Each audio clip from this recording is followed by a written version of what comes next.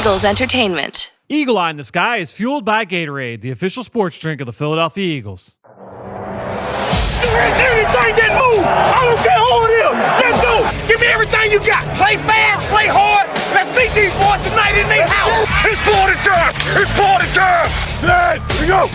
Touchdown! You are listening to the Eagle Eye in the Sky podcast. Now here's your host, Fran Duffy. That's right of the week, and we're on to the Giants as the Eagle Eye in the Sky podcast, fueled by Gatorade, continues. I'm Fran Duffy, and as always, I think we've got a great show for you here on episode number 280. At the top of this week's show, we've got Chalk Talk, where I chat with Ben Fennell about the Eagles' Week 7 matchup against the New York Giants on Thursday Night Football. Speaking of Giants, Ben is a giant part of the production of Eagles Game Plan, and with that in mind, we will talk about what went into getting this show ready on a short week, the keys to victory for the Eagles, and some big matchups and stats for this game, all at the top of the show in Chalk Talk. After that, Ben and I will go through our scouting report segment, and this week, I wanted to focus on one of the flag carriers on this team, one of the guys that they really rely on to be a disruptor for them defensively, and that is defensive tackle Dexter Lawrence, one of their first-round picks in 2019. They took him in the first round a year ago, and he quickly has become one of the best players on that team, either offensively or defensively. But what is his ceiling? We will cover that in Scouting Report. Before we get there, though, just one thing I wanted to hit on. Again, the best way to throw us your support is to go into Apple Podcasts or Stitcher, leave us a rating or leave us a comment. And I want to if you leave a question on there, we will be sure to respond to it right here on the show. That being said, I talked about Eagles Game Plan. We talked about my chat here with Ben Fennell. Let's jump into it now. It's time for Chalk Talk. Let's get down to business. It's time for Chalk Talk. Well, back for another edition of Chalk Talk here on the Eagle Eye in the Sky podcast, fueled by Gatorade, my friend Ben Fennell. And Ben, a little bit of a short week. We're recording this on Tuesday afternoon. We usually record this on Wednesdays, but obviously with the Eagles playing on Thursday night, we wanted to turn this bad boy around for everybody to be able to take in your knowledge and your wisdom and your feel for this Giants team on both sides of the football. And look, obviously for Eagles Game Plan this week, which will be up on PhiladelphiaEagles.com on Thursday. Make sure you tune into that as well as Thursday night if you're local here to the area. Thursday night at 7 on NBC 10, a little bit of a special time here, obviously, with the Thursday night game. But the big topics that we focused on both sides of the ball, Giants defense, right? So you're talking about the front diversity, the coverage consistency, and then the Greg Cosell lexicon. We talked about that earlier this week with Greg. And then on the offensive side, really, it's about Darry Slayton, right? And just the importance of keeping him bottled up. Let's just go over to the Giants defense. What were your thoughts, I guess, coming away, watching the scheme? We've seen plenty of it in the past because I feel like, between Detroit, obviously New England, and then now with the New York Giants, Miami Dolphins in the past as well, the Eagles have seen plenty of this Belichick-style system. Yeah, absolutely. Our first short week of the season. It's a short week for these gladiator players playing on Sunday and Thursday, but it's a short week for us in the media department too. So that means going through that film study that much faster on Monday and getting our show out. Everything's ramped up, but this Giants defense really hasn't been playing that bad in 2020. Under new DC Patrick Graham, who came over from the Dolphins previously with the Packers, but really he's from that New England coaching tree where he spent a lot of his time. I think from 2009 to about 2016, he was with the Patriots in a variety of roles where they like to really move around their defensive assistants. He was D-line coach, DB's coach, defensive backs coach, linebackers coach, defensive assistant, very diverse coaching scheme there. And you see it, in their defense with their, versatile fronts, their versatile plays on the back end. New England and the Giants, hand in hand on third down, playing press coverage, man coverage, and a high volume of two-man coverage. But essentially it all comes off of that man-to-man kind of foundational scheme with the coverage. But defensively, I've kind of enjoyed some of the new parts. They have Blake Martinez and Kyler Fackrell coming over from Green Bay, definitely active, athletic players there. And just, trying to figure out the back end. I think Jabril Peppers is still trying to figure out his role in that kind of hybrid safety role. Is he the Patrick Chung of the defense? It feels like everybody has some sort of New England personality to their usage and the way they're deployed in this defensive scheme. So it's going to take them a year or two to get the right personnel and the right Jimmies and Joes in order to execute the X's and O's, as we like to say. That's right. Yeah, and to me, I think it was I thought that was a good point by you. I completely forgot. I had researched Patrick Graham when he got hired in Miami last year and just kind of get a sense of his background. I forgot that he was in Green Bay. So I guess that's the connection there by them bringing in Blake Martinez and Kyler Fackrell. There was crossover there. Yeah, I believe so. I think he was only in Green Bay for a year. That was 2018, that last year under Mike McCarthy, which was obviously pretty tumultuous, but he was linebackers coach and run game coordinator. So very interesting coaching background, having dabbled on both sides of the ball with that kind of hybrid run game coordinator. But at the end of the day, from the New England tree, goes over to Brian Flores in Miami for a year, also a team with a heavy New England tree and influence. So I feel like it all kind of comes full circle with where these guys initially started their coaching careers.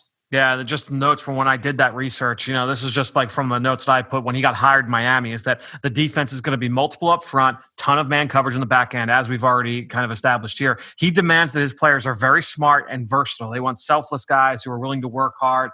They want heavy-handed kids up front. And when you look at that front, the way that they're built, they've got some pieces. I feel like that's the strength of that group, right, is that defensive line. You're talking Dexter Lawrence, who we're going to talk about later, Dalvin Tomlinson, Leonard Williams, even the backups in B.J. Hill and RJ McIntosh, they come through and they've got guys that are heavy-handed. They place value on good knee bend, leverage, eye discipline, heavy focus on toughness and ability to stop the run. That's the idea for Patrick Graham. And so to me, kind of looking at some of the pieces that they've brought in and the pieces that they've got working off of it, you even just look at these New England teams in the past.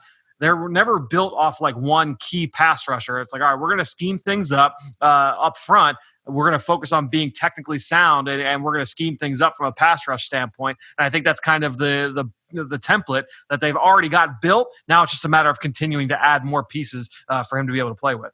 Yeah, and I think it's a great foundation with Joe Judge, who's 38 years old, Patrick Graham, who's 41 years old. I just like to reflect back. They're sitting there in 2012 in New England, Joe Right. Judge, special teams assistant, Patrick Graham coaching the D-line. I just imagine on a rainy day they looked at each other, if I ever get a head coaching job, I'm going to bring you over from my DC. It's just funny that, where these guys eventually grab their coaching staffs and their connections. Usually at some point they had a relationship, they worked together, they were in that boiler room with a coaching staff, really putting together the game plan and the nuts and bolts on the ground floor. It's just really fun to see, 10 years later, these guys are a head coach and defensive coordinator. It's just nice to see that evolution of the coaching, assistants working their way up.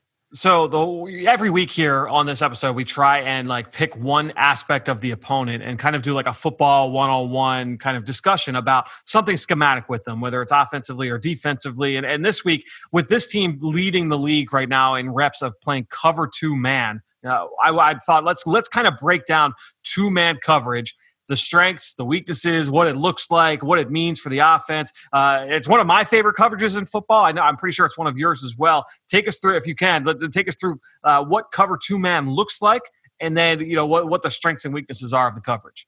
Well, firstly, just the terminology, because this is one that's a bit of a Rolodex labeling. Cover 2-man, 2-man, 2 deep, man under. Some may just call it 2 trail, because oftentimes those man coverage defenders underneath are what's called a trail technique, where they're actually playing behind the receivers in order to funnel them to those 2 deep safeties over top.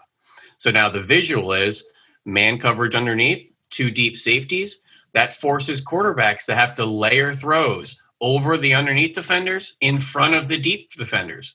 Becomes very tough having the 2 deep safeties and tight man coverage. So where do you often want to attack that? The horizontal pass game, those crossing routes over the middle of the field, maybe can squeeze in a little rub route, a little pick with that. Maybe more designed rubs and picks to get off that man coverage. Other man-beating concepts, the bunches, confusing defensive backs by releasing in close proximity, making sure they're on their P's and Q's with the man-to-man coverage and releasing from those bunches. And at the end of the day, it's a 2 deep coverage. You still want to attack the 2 deep safeties. How do you do that? Vertical routes, all go concepts, where you have routes going down the sidelines and maybe something streaming down the middle there. So, that's kind of the nexus of 2-man, the pros of it. You're disrupting at the line of scrimmage, typically in press coverage. You still have 2 deep safety. So you're giving those corners help over the top, allowing them to be aggressive. You can tell them to disrupt at the line of scrimmage. Maybe they can cheat a little more and go for that violent two-handed jam, because if they miss, they're right in that trail position that they're supposed to be in, and they have help over the top. So it allows them to be much more aggressive underneath with the help over the top. Now, the issue with that, it's typically a third down coverage, 2-man. You're designating 2 deep safeties on third down. That means you have less threats to maybe add to the pressure scheme, where guys, you want to crowd the line of scrimmage. And just thinking back to who we just played, the Ravens, the Steelers, what do they do on third down, Fran? Load up that line of scrimmage. Let's go. Yep. We're putting 6, 7, 8 guys on the line of scrimmage. Who's coming? Who's going? They want to just absolutely blitz the pocket and blitz the protection. Not the Giants. They're going to sit back there in 2 deep and let you know what they're doing as far as pressure-based concepts go. And it's a much different style. So pros and cons certainly to, deploying the 2 deep man under coverage. Yeah, and that's the thing. And I thought you did it. That was, first of all, that was outstanding in terms of all the different points that you were able to hit on. It's one of my favorite coverages because you do go kind of into attack mode, especially if you're using it. You mentioned it's a primarily third down coverage. And so you're protecting yourself against the deep ball with 2 high safeties. You've got aggressive man coverage underneath. If you've got a 4-man rush that can win, and that's the one downside that doesn't quite go from a personnel standpoint. Because what did I say earlier? These New England style teams, they typically don't utilize one key passer. They're not prioritizing guys that can win quickly along the defensive line, right? That's not the type of players they go for. So now when you get into this kind of scenario where you've got 2 deep safeties in man coverage, if you've got a defensive line that can win quickly and impact the quarterback, awesome. Now you're allowing your defensive line to be able to get home. With this team, I think that's kind of the downside is that, you're going to play that man coverage, but who up front is going to be able to win for you? And that's where sometimes you do get in trouble from that standpoint. But what that does lend yourself to, and we covered that. That was one of the reasons why we picked the play that we did for Greg Cosell to break down in this week's show, is that you've got that 2-man coverage. If you don't have guys that can straight up win one-on-one, well, now you can kind of get creative in terms of using different stunts and different front alignments to try and get those guys into advantageous situations. So this past week against Washington, what did we see New York do? They put Kyler Fackrell and Blake Martinez up on the line of scrimmage, and they ran a stunt with those 2 guys. Not necessarily guys you would necessarily expect to line up on the line and run a stunt together, and they were able to get home. They confused the left side of the Washington defensive line. It turns into a sack fumble, and it goes the other way for a touchdown. That's what I think you start to see really from these style of systems, is if you don't have that, the big time pass rusher either at D tackle or at DN, now you're going to see more stunts and twists, different guys lined up on the line of scrimmage to try and create some confusion for that offensive line. Yeah, and one other major vulnerability of the 2 deep man under coverage is it's still man-to-man. So it leaves the threat of quarterback runs. Great point. Yep. You're turning and running. Our quarterback is, obviously willing to extend the play, willing to break the pocket, willing to take off if he sees underneath green grass or even deep green grass. He's not afraid to, break some tackles and get down the field. So, this New York football team this season has played, Ben Roethlisberger. He's not moving. Jared Goff, he's not moving. Last week, the Washington football team, not a whole lot of mobility in their quarterbacks as well. So seeing Carson Wentz this week, I wonder if the Giants have a little bit of conflicting styles right now to say, hey, if we're going to play 2 deep man under, we better have a quarterback spy and keep somebody's eyes on that quarterback. I was just going to say, I think one thing we've seen from them in the past, and this isn't just a New York thing or a Patrick Graham thing, it's a New England thing as well, is when they do go 2-man against a mobile quarterback, it will just be a 3-man rush, and they will drop one of those players. Imagine if it was the scenario I just kind of outlined where you've got Martinez and Fackrell. Whether it's Martinez or Fackrell, they'll line up on the line of scrimmage, and then they'll fall out as a spy and just kind of keep an eye on the quarterback. I wonder if that's what they'll do. But what did we just account for? Man coverage. That's 5 defenders. 2 deep safeties. That's 2 more defenders. A quarterback spy. Now we've already accounted for 8 defenders on the 3-man rush. Yep. So the rushing and the pressure package identity is not as deep and versatile as we've seen the previous 2 weeks against the Pittsburgh Steelers and the Baltimore Ravens, which are as exotic, versatile, deep as you're going to see in the NFL. No, that's a great point. And I think that that's the kind of the big takeaway when you look at that defense is that, it's going to be a lot different than what the Eagles have seen over the last couple of weeks. Definitely more of a coverage focus as opposed to turning up the heat. They've got 15 sacks so far this year, which I think is probably more than it's certainly more than they had last year at this time. And I think ultimately, you're looking for improvement there. That certainly is a big part of it. You look at their blitz numbers. Look, they're 10th in the league right now in terms of blitz percentage, which, I mean, obviously that's top half of the league right now. It's certainly not to the level of Pittsburgh and Baltimore, but I think it'll be interesting to see just the different kind of style. The first time in a couple weeks now, we've seen a different kind of style defensively. Let's go over to the other side of the ball. And really quick, Fran, just put a bow on that defense and in just an elevator speech, watching the tape, going through the numbers, reflecting on where they are metric wise through the rest of the league. I was kind of surprised on how good the defense had been playing. Obviously, this is a 1-5 football team. They're rebuilding. They're going through some issues, some growing pains, obviously. But the defensive side is actually playing okay football. And I think that's reflective not only on the film, but in the metrics as well. So I was a little bit taken back. I thought I was going to see a team struggling on both sides of the ball, but I was pleasantly surprised with the defense. Yeah, I mean, half their snaps are in nickel, 17% in dime, 2% actually in dollar with 7 defensive backs on the field, the rest in base. So they're playing a little bit more base certainly than the other teams that we had just seen as well. So you're going to see a lot of variety. The personnel, I would say it's certainly not great. You have some of the best players, I think, as I mentioned, are along the defensive line. You look at Williams, he's leading their team in pressures right now, which necessarily has not been his bag, I guess, throughout the course of his NFL career, has been more of a run defender than a pass rusher. But I think when you look overall at the pieces, they're trying to mix and match and find different ways to create some matchups for those guys. So, you allowed 17 points to Chicago, you lost. Yep. You allowed 17 points to the Rams and lost. Yeah. So they're not getting the doors blown off and the brakes beaten each week on the defensive side of the ball. No, it's a good point. It's a really good point. But I think a lot of that is, as you mentioned, the defense limiting the opposing team's offense. They have not been able to return the favor on the opposite side. They're averaging under 17 points a game on the offensive side of the football right now. Obviously, you lose Saquon Barkley, and that was a huge shot for them. The offensive line has not performed up to snuff. I think Greg Cosell said that earlier this week that they expected the offensive line to be better than where they are right now. Andrew Thomas, they took in the top 5. He has not had a great year so far as a rookie. It's still early, but has not had a great year so far. Cameron Fleming is, solid at right tackle, but not a guy that is going to be an impact starter. And then, at center, Nick Gates is another guy that, he was a former undrafted free agent, but they're not getting great center play at the moment either. So I think when you look at the offensive line, that has kind of kept them from really getting things going. They really relied on Saquon and his playmaking ability, not just in the run game, but also in the pass game as well, in those vertical routes from the backfield.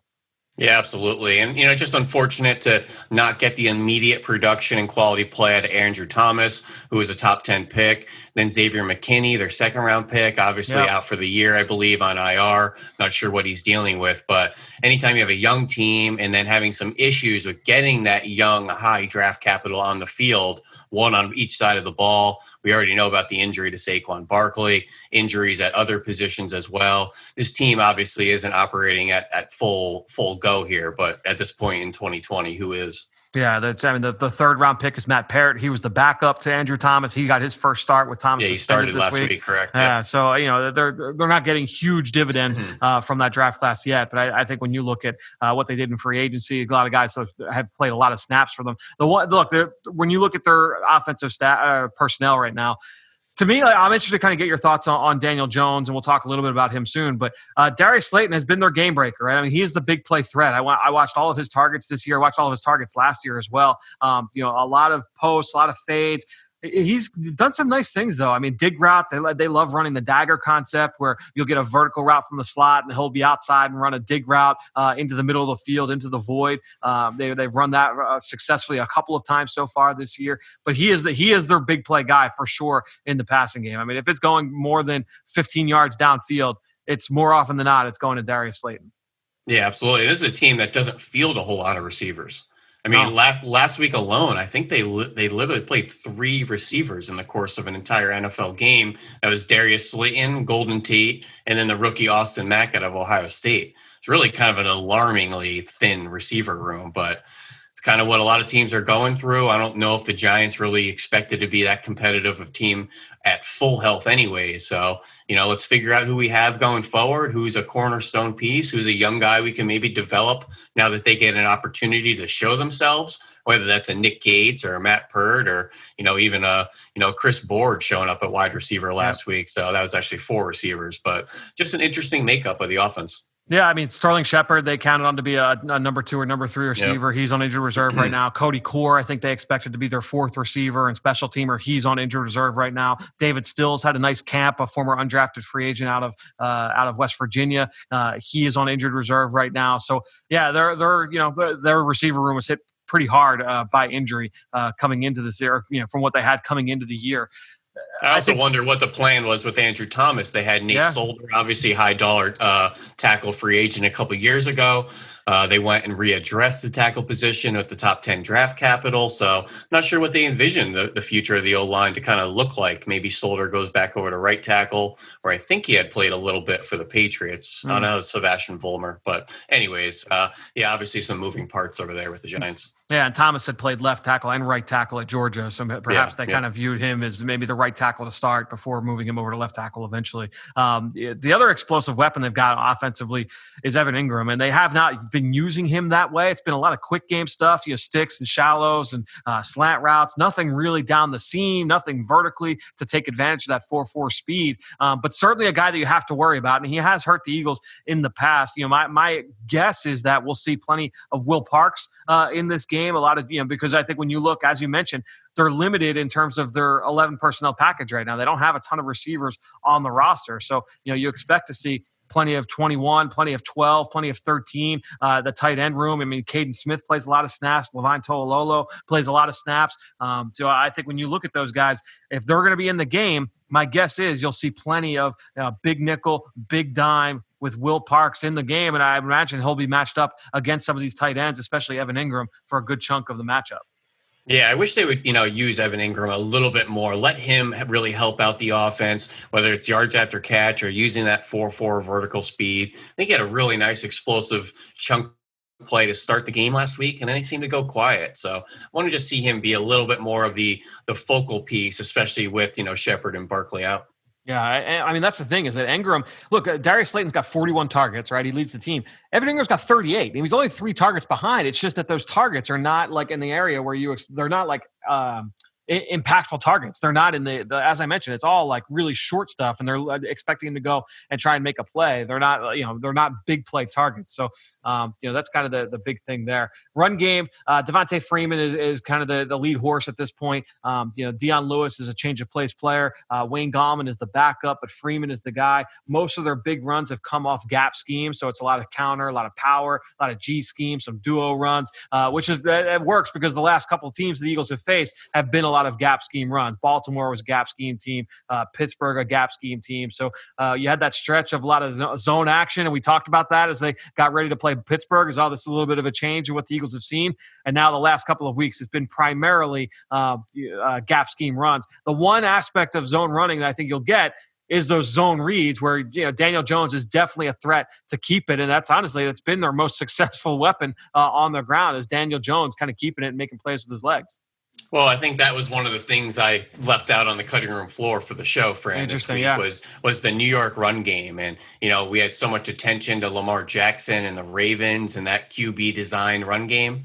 The Giants will dabble with it too, and it may not come in the same package as a Lamar Jackson caliber of athlete, but Daniel Jones can boogie. This kid can run, did it in college. I vividly remember him a 70 or 80-yard run, I think, against North Carolina, where he seemingly went right through the defense, had nearly a 50-yard run, I think, last week as well. So he's a guy that will take off on you, whether in structure or out of structure. But I love that they give him some QB follow concepts and, a couple things that really use his size. I think that's part of his ability, being a big frame, strong, athletic quarterback. And that was, to me, that'll flow directly into my point that I wish we had talked a little bit more about on the show, is that the numbers obviously aren't good. The weapons aren't there. We talked about this, the issues on offense. Well, I do feel that Daniel Jones is a little bit better than he's given credit for, in terms of the consensus, in terms of the media. Like, I do feel that this kid has some ability, and hopefully that they're able to kind of, not hopefully for Eagles, but hopefully for their sake, they're able to surround him with better weapons, better offensive line, better run game moving forward. I think he's got some tools to be able to work with. He throws a beautiful deep ball. He's tough. He'll stay in the pocket. He knows how to navigate the pocket and kind of avoid the rush. You mentioned the athleticism is there. This kid shows some ability. I think he's got an NFL starting tool. So I'm interested to see continue to watch his development, because even now you can still see the flashes and say, like, all right, like this kid's got it. I wish we had got a chance to kind of show a little bit more of that. This is not a kid that's just going to roll over and die against this Eagles pass rush. And I do expect that the Eagles will be able to get to him. And that's kind of my matchup. We'll flow right into that. My one-on-one matchup I'll be watching, just these Eagles defensive tackles against the interior rush or the interior blockers of the New York Giants. You look at left guard, Will Hernandez. You look at the center, Nick Gates. You look at the right guard, Kevin Zeitler. Guard play is solid. I would say that they're better run blockers than they are pass protectors. But Nick Gates is a guy I think that they can try and create some matchups on. Reports early, we don't know anything as of this recording, that Malik Jackson might be a little bit banged up for this game and not be able to go. But even still, you look at Fletcher Cox. You look at Javon Hargrave. You look at Hassan Ridgeway, who had a nice TFL with a nice quick swim move this past week. I look at those guys and say that's a matchup that the Eagles can try and win and take advantage of in this game. Yeah, absolutely. I think that's a really great matchup. Mine was actually an interesting conceptual matchup, and I really want to see the Eagles screen game against the Giants linebackers. And we could go right for, big bad Jason Kelce, who's one of the best in the open field. We saw it last week, him absolutely plant a safety on the third level of a big run of Miles Sanders.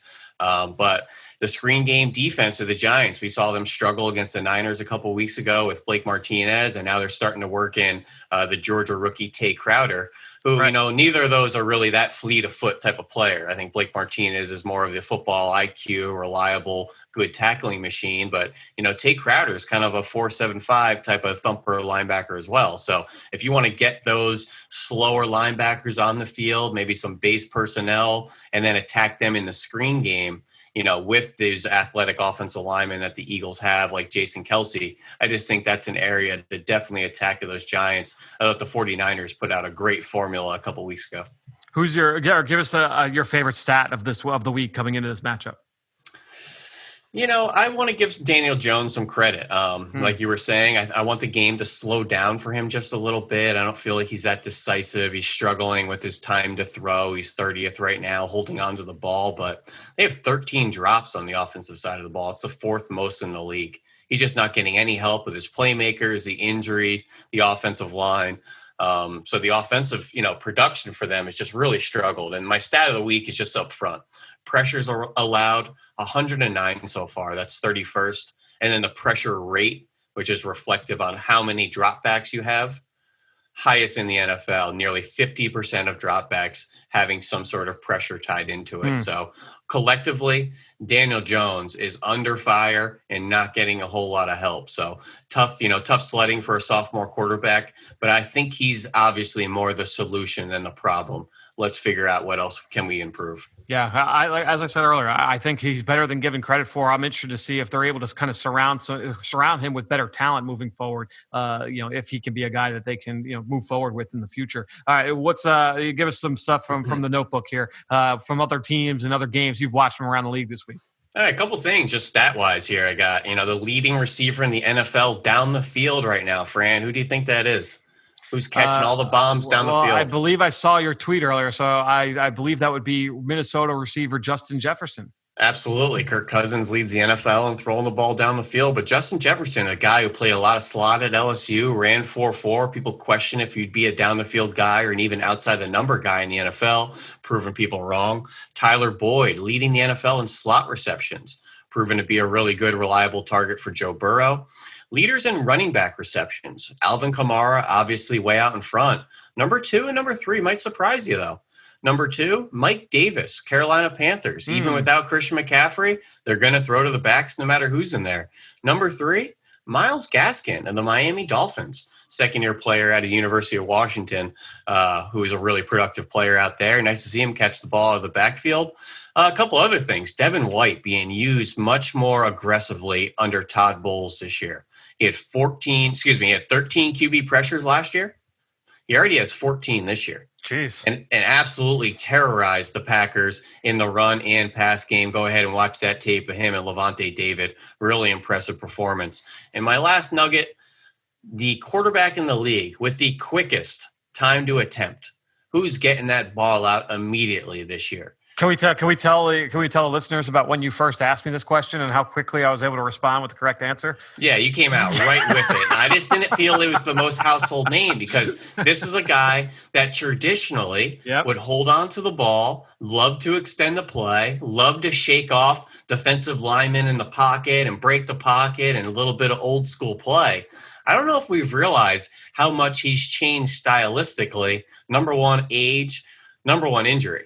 I don't know if he could throw anymore. And that's Ben Roethlisberger of the Pittsburgh Steelers, who look like to be one of the more complete teams in 2020 in the NFL. But Big Ben getting the ball out really fast this year. He'll still throw the ball down the field, but he has to do it immediately, just like Drew Brees and a lot of those rhythm one-step fades.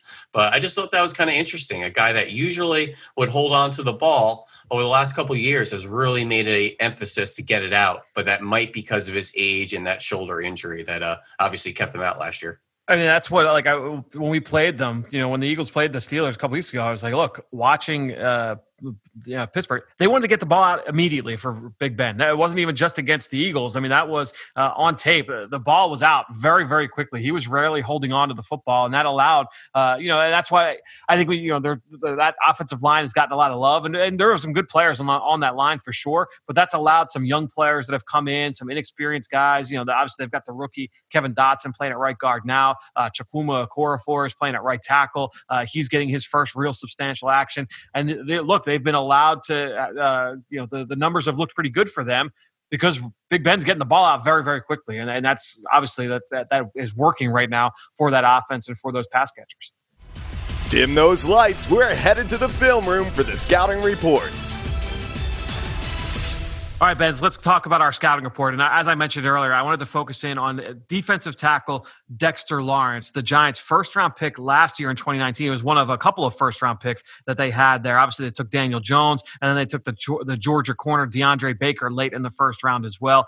Baker no longer with the team after an off-field incident this offseason. But Dexter Lawrence has really turned into a nice player for them. This guy, he's got the ability to dismantle run games, and then impact the quarterback as well.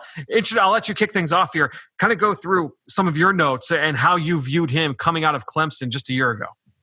Well, an absolute freak show height, weight, speed guy because he's 6'4", 340 and does not look like it because he's pretty light on his feet. And early in his career at Clemson, hit that 2016 tape, he was super explosive, super twitchy. His sack numbers were through the roof. It really reflected that. He had 48 pressures that first year at Clemson as a true freshman, 7 sacks on 300 pass rush snaps. The rest of his career at Clemson, he had 51 pressures and 6 sacks. So in 2 years, 51 and 6, 1 year, 48 and 7. That first year at Clemson, explosive player.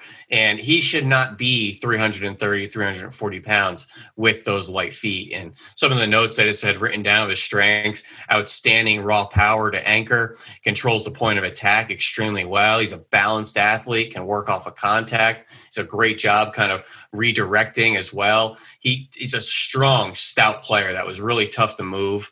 But was a little raw, and kind of unrefined in some of his pass rush moves, and a couple things as well to deal with. He had the toe surgery in 2017. He had the weird suspension before the bowl game in 2018 as well. I feel like his play personality took on a little bit of a different tone late in his career at Clemson as opposed to early on in Clemson.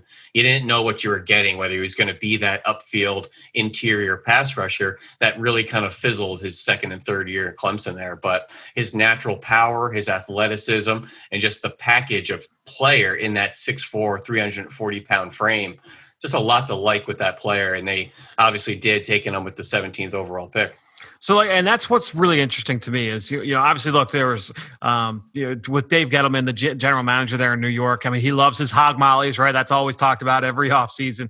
He loves those big, physical, powerful, just giant human beings, whether it's offensive line or defensive line. He's just a big fan of those guys. It kind of falls under the Bill Parcells world theory of there's only so many guys on the planet that have those kind of dimensions and move like that, right? So Dexter Lawrence is one of those guys.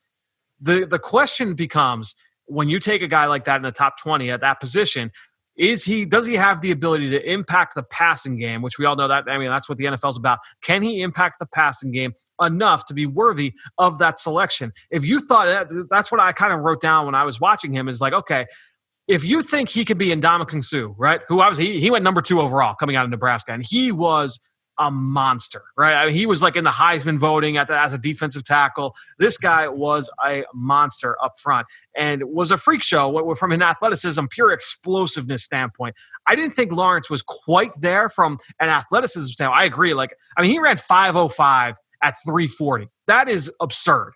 And so when you talk about a guy when his linear athleticism, his ability to get into the backfield and make plays on the other side of the line of scrimmage, he has the power. He has that explosiveness that you're looking for. It's just not over the top. Again, Ndamukong Suh is crazy, elite, truly unique kind of physical talent.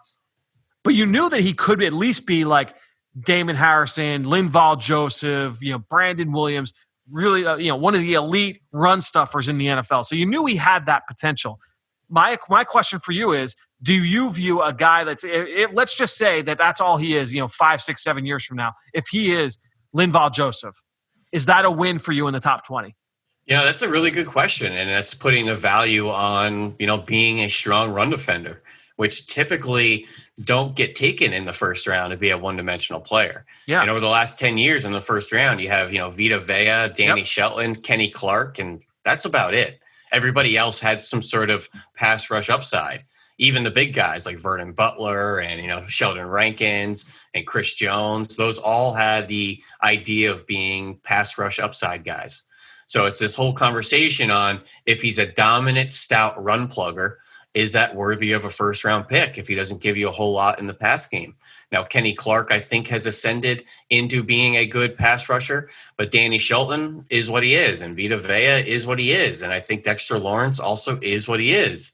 And it's whether you value that trait and that style of defensive tackle, which seems to be kind of a dying breed. They would much rather that upfield disruptor that's a little more light on his feet, maybe can't hold up on a double team like Grady Jarrett's, but he's going to fall into 12 sacks for you, on third downs. And you feel like you're getting more return on your investment when you see those sack totals as opposed to a 2-yard run stuff on first down that maybe isn't as sexy and impactful on the film, in the stat sheet, whatever it is. So it's a really interesting conversation. And it's why you see guys fall all the time, whether it's Lecky Fotu falling to the 4th round or a guy that I really liked, Andrew Billings, coming out of Baylor a couple years ago, where I'm sitting there looking at the 1st round, like he's coming off soon.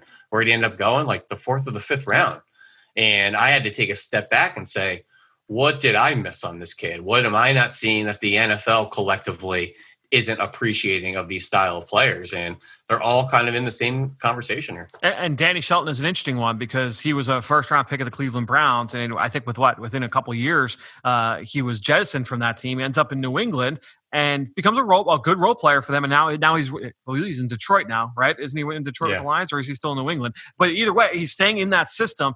And in that system, because of all the different fronts, we talked about this at the top of the show, they mix and match different personnel groupings in the defensive front. On third down, those guys typically aren't on the field. And I'm going to be interested to see as Dexter Lawrence continues to grow as a player and evolve as a player, in year 3, year 4, year 5, is he going to be on the field on third down? Or are they going to be, as they've kind of evolved in the system under Patrick Graham and Joe Judge, are there going to be other guys that say, these are the guys that we want on third down? We want Dalvin Tomlinson. We want to make sure that B.J. Hill is on the field for as often as possible on third down. Leonard Williams is our guy on third down. And I think that that's going to be really interesting. Now, with Dexter Lawrence, obviously, Joe Judge was not the head coach when he was drafted. Patrick Graham was not the defensive coordinator when he was drafted, but he does happen to fit in very well with what they look for on the defensive line. We mentioned those traits that Patrick Graham looks for. They look for toughness. They look for knee bend. They look for gap integrity. Dexter Lawrence brings all of that in spades, and he's a big, strong guy that has that ability to fit really well in that defensive system. And we might as well just kind of initiate the conversation we had at the top of the week on our Journey to the Draft podcast with myself, you, and Dane Brugler, talking about big, stout Georgia defensive tackle Jordan Davis, where I said, he might be the biggest, strongest, best run defender in the country. No pass rush upside. So my question was, where does that get you drafted? Yep. And I ran off a bunch of run plugging nose tackles that the average fans maybe not even know who Steve McClendon is, that actually was just traded from the Jets to the Bucks 2 days ago, or Daniel McCullers, or those big plugging nose tackles that aren't on your fantasy teams and don't make a whole lot of splash plays in the backfield. If you're the best of the best of the best at that position, where does that get you drafted? What's that value? Yeah. Yeah. And in the pecking order of the draft, unfortunately, the way the NFL values it, it's really kind of a third, fourth round type of pick. And that's why it's really interesting to look at Dexter Lawrence, what he showed early in his college career, that, hey, I can be a fleet of foot up the field quarterback hunter too. It obviously was a little few and far between his next 2 years. As I think he got a little heavier and stronger, he lost that twitch. But if you can't prove that I'm a quarterback hunter, or at least I can collapse the pocket and prove to stay on the field on third down, I just don't know if you have value of being a first round pick. And since, he's been drafted, he has been on the field on third down for the Giants. Yep. So no question. Mostly as, a bull rusher and, a pocket collapser. But that's okay. There's a place for that as well. Yeah, no question. Well, really great stuff there, Ben. Really appreciate you joining us once again here on the Eagle Eye in the Sky podcast. Stay tuned for Ben a little bit later this week as well, in a couple days here on the Journey to the Draft podcast, driven by AAA, as Ben alluded to earlier. We catch up with Ben twice a week over on that show. You can find that wherever podcasts we found. Ben, thanks so much, man. We'll talk to you here next week. Don't miss your chance to be in the stands at Lincoln Financial Field this season with an Eagles fan cutout. Put on your game day best and upload a photo of yourself so that you can still join us on game days. Fan cutouts printed by Rico are only $100, with net proceeds benefiting Eagles Autism Foundation. Your purchase will also waive the registration fee for the 2021 Eagles Autism Challenge event. Order yours at PhiladelphiaEagles.com/cutouts. Before we keep going with this episode, it is really important to me that I talk about voting. Now, depending on when you're listening to this episode, we are just 2 weeks away from Election Day, and that deadline to register to vote has very likely passed in your state. Last week here on the show, I talked about mail-in voting and why it's both perfectly safe and perfectly legal to fill out a mail-in ballot. So this week, I wanted to talk about the importance of voting. There's been a lot of discussion about how important the 2020 election is. Why is that? Not only is it a presidential election where we will figure out a new president, a new vice president, but voters will also choose 11 governors, 35 U.S. senators, 435 members of the U.S. House of Representatives, as well as hundreds of state and local officials. That's just from an individual candidate standpoint. But then you start thinking about what you're voting for. What are the issues that are important to you? When you're voting at the national level, you're making your opinion heard on issues like national security, global policy, international commerce, taxes, medicine and food safety standards, the postal service, the list goes on and on. Then you go down to the state level. That's where you're voting on issues like public education, auto insurance, highway maintenance, environmental protection at both the state on state land, and then even things like fishing and hunting licenses. Then you get down to the local level, and that's where things like school lunches, local judges, police, recreation programs for kids, housing and zoning, public transportation, public services. Not all of these issues are going to be important to every single one of you listening at home, but some of them are, right? And at every low level of government, there are things that either impact your day-to-day life, they may align with your views on society, or impact the bottom line for you at the end of the day or at the end of the tax season, right? So remember, 100 million eligible voters did not participate in the general election 4 years ago. Please do what you can to help lower that number. It is all of our civic duty to make sure that we get out and all of our voices are heard. Get out and vote on November 3rd. Great stuff there from Ben, who you can follow on Twitter, just like I do, at @BenFennell_NFL. And while you're at it, I'm at EaglesXOs. That's where I post all of our podcasts and all of our X's and O's content that we produce at PhiladelphiaEagles.com. And you know, I greatly appreciate everybody that promotes this podcast on all forms of social media. That's one way to support the show. But the best way is to go on Apple Podcasts or Stitcher, leave us a rating, or even leave us a comment. And I want to give a shout out to somebody who did exactly that. They left a nice little comment on there, and that's Corey471. Left us that 5-star rating saying, great podcast for all Eagles fans out there, and then talked about all the reasons why he loves the show. So thanks so much to Corey. Thanks so much to Ben. Thanks so much to all of you out there for your continued support of this show and all the rest of our podcast offerings on PhiladelphiaEagles.com. All that being said, I think that'll do it. Another show in the books here on the Eagle Eye in the Sky podcast, fueled by Gatorade. For everybody here at the NovaCare Complex, I am Fran Duffy. We'll talk to you next week.